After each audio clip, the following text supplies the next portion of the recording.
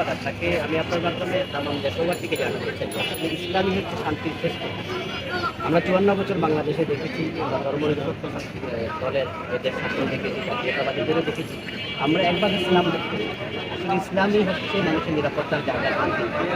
যদি আমরা বাংলাদেশে ইসলামী দলকে ক্ষমতায় আনতে পারি, সবাই মিলে সবাই তো ইসলাম, তাহলে আমরা সাদাবাজি থাকবে না, সন্ত্রাস থাকবে না, জুলুম থাকবে না।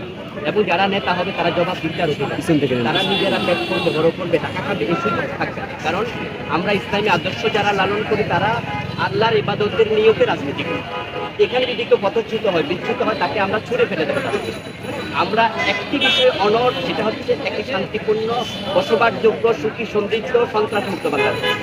ইসলাম যদি সামনে আগায়, মানুষ যদি ইসলামের সাথে আসতে পারে, এমন সুযোগ দেখবে এটা হয়তো ভবিষ্যৎ আর আমরা ভোট চাওয়া ইসলামী সমাজ ব্যবস্থা দেখতে আমরা সেটাই দেখতে আপনার কাছে বাংলাদেশের সব দলের একটি সহাবস্থান করতে চাইছে, কারণ আমরা দেখতে পাচ্ছি ৫ আগস্টের পরবর্তী সময়ে ব্যাপক বিভিন্ন জায়গায় সংঘর্ষ আপনারা যেমন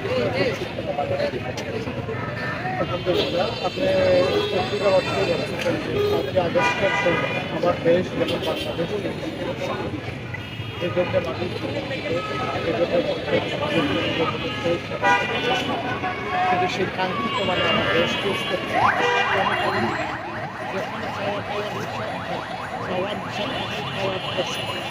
করতে গিয়ে কখনো লাল খারাপ মানুষ পশুকে পরিণত করে। আর এই পশুকে মধ্যে মানুষের পরিণত করার জন্য আল্লাহ তাদের হাজার বছর যুগে যুগে থেকে পাঠিয়ে সর্বশেষ সচেতনতা এসেছে।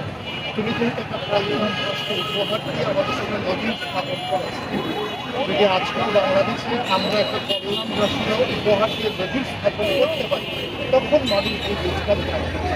আজকে আমরা বাংলাদেশে দেখতে পাচ্ছি যে ইসলামটা হচ্ছে আমাদের কাছে